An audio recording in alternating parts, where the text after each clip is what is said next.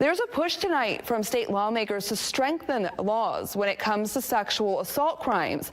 NBC 25 and Fox 66's Amanda Chodnicki caught up with those lawmakers tonight to find out how this new legislation will make it easier for victims to come forward in the wake of the Larry Nassar sexual abuse scandal. And discovering that I could not only trust my abuser, but I could not trust the people surrounding him. State Senator Margaret O'Brien has known Rachel Denhollander since she was a little girl.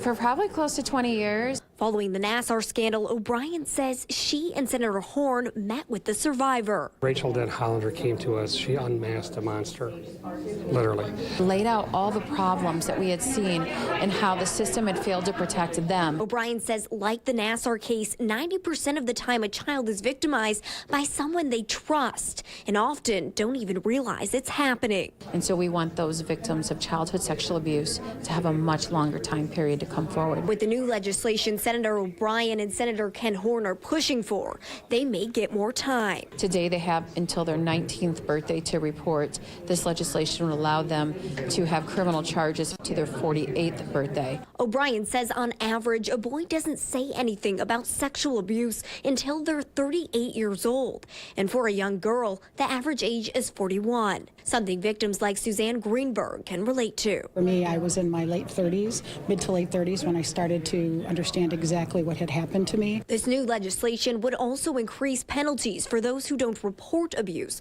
according to the law, and expand who is a mandated reporter, meaning who is required to report any knowledge of child abuse. We think that a mandated reporter should be expanded to include other people who come in regular interactions with our kids, like athletic trainers, coaches, bus drivers. Amanda Chodnicki, NBC 25 News.